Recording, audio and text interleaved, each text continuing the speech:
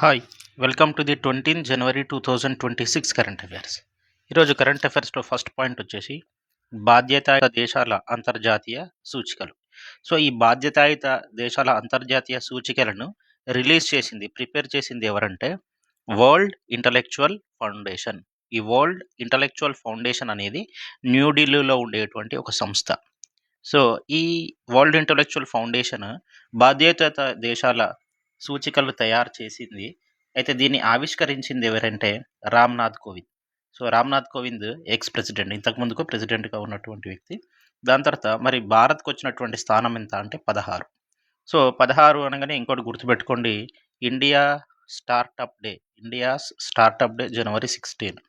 So first place మరి బాధ్యతాయుత దేశాలలో first ప్లేస్‌లో ఉన్నటువంటి దేశం సింగపూర్. సింగపూర్‌కి ఇచ్చినటువంటి స్కోరింగ్ ఎంత అంటే 0.6. Second place Switzerland 0.586. థర్డ్ ప్లేస్‌లో ఉన్నది డెన్మార్క్ 0.583. మరి ఇండియా స్కోర్ ఎంత అంటే 0.55. సో చివరి స్థానంలో ఉన్నది సెంట్రల్ ఆఫ్రికన్ రిపబ్లిక్. ఈ దేశము చివరి స్థానంలో ఉంది. ఇది బాధ్యతాయుత దేశాల అంతర్జాతీయ సూచికలు తయారు చేసింది ఎవరంటే భారతదేశానికి చెందిన వరల్డ్ ఇంటలెక్చువల్ ఫౌండేషన్ అనేటువంటి సంస్థ. ఇది మొదటి ఎడిషన్ అన్నమాట. మొట్టమొదటిసారి ఈ గణాంకాలను తయారు చేసింది. నెక్స్ట్ ఇంపార్టెంట్ పాయింట్ వచ్చేసి ఎస్బీఐ రిపోర్టు ప్రకారం 2030 నాటికి ఎగువ మధ్య తరగతి ఆదాయ దేశంగా భారత్ ఎదగనుంది అని ఎస్బీఐ ఒక రిపోర్ట్లో వెల్లడించింది. సో ఈ స్టేట్మెంట్ అడిగే ఛాన్స్ ఉందండి. ఏ సంవత్సరం వరకు భారత్ ఎగువ మధ్య తరగతి ఆదాయ దేశంగా మారనుంది అని 4 ఆప్షన్ ఇవ్వచ్చు.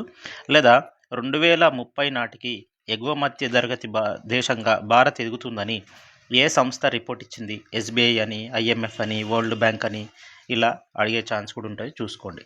సో యాక్చువల్గా 2047 స్వాతంత్రం వచ్చినప్పటి నుంచి మన దేశము $1 ట్రిలియన్ ఆర్థిక వ్యవస్థగా మారడానికి 60 సంవత్సరాలు పుట్టింది.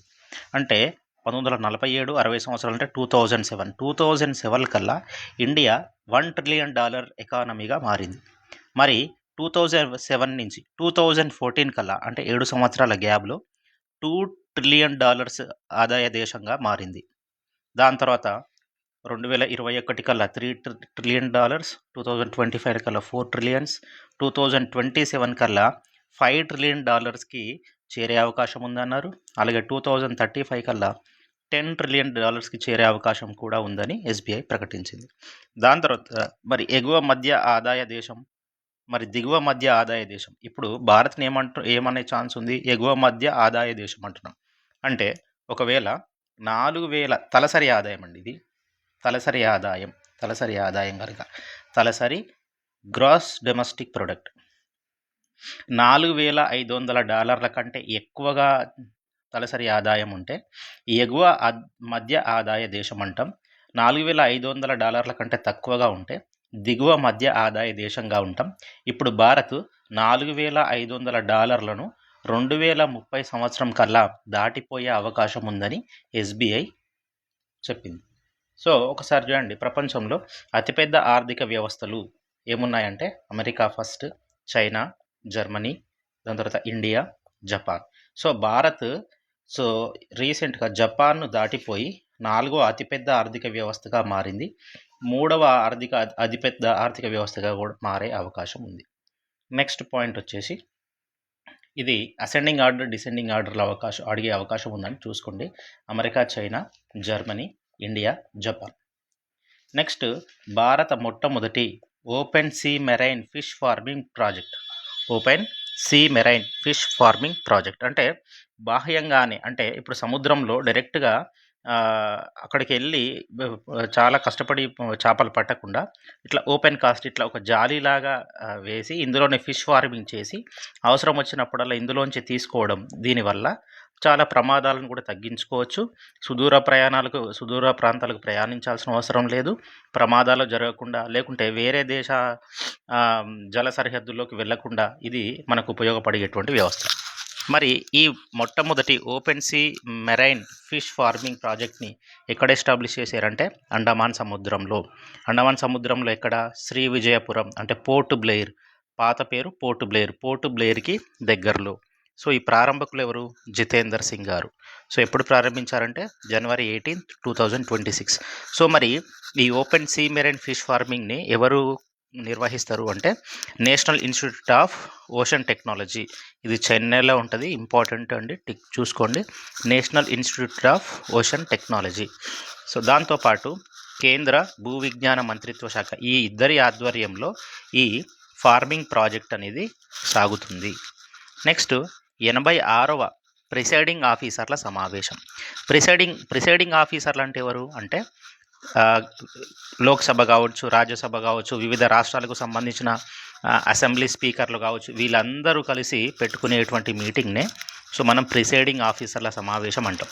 ఇది ఎక్కడ జరుగుతుంది అంటే ఉత్తరప్రదేశ్లోని లక్నోలో జరుగుతుంది. ఎప్పటి నుంచి ఎప్పటి వరకు? 19th నుంచి 21st జనవరి వరకు.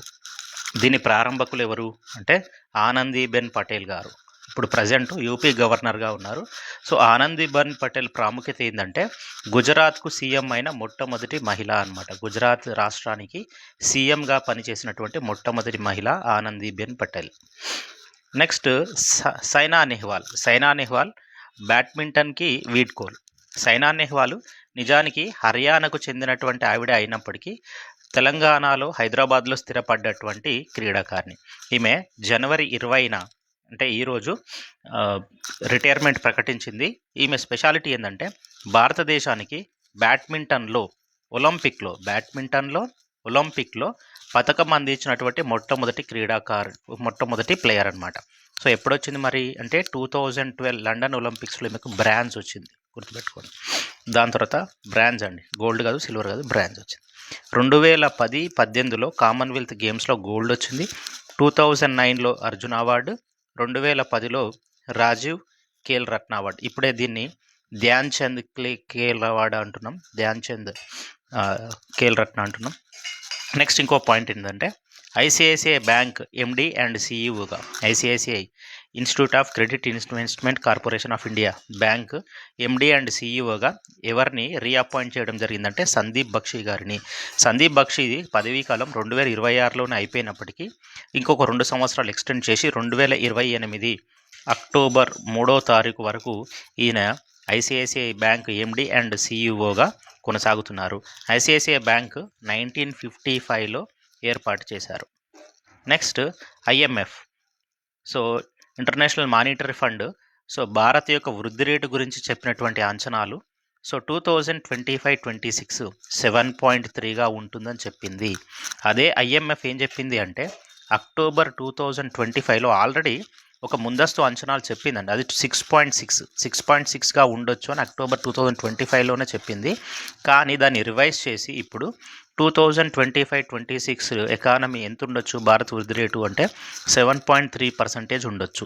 అంతేకాకుండా దాని తర్వాత 2026-27, 27-28లో ఎంత ఉండొచ్చు భారత్ యొక్క వృద్ధి రేటు, గ్రోత్ రేట్ ఎంత ఉండొచ్చు అంటే 6.4%గా ఉండొచ్చు అని ఒక వివరణలో చెప్పింది. Thank you. ఈ కంటెంట్ మీకు group 1, group 2, group 3, group 4, SIPC ఇతర కాంపిటేటివ్ ఎగ్జామ్స్లో యూజ్ అవుతుంది. కాబట్టి ఈ వీడియోను తప్పకుండా లైక్ అండ్ సబ్స్క్రైబ్ చేయండి. Thank you.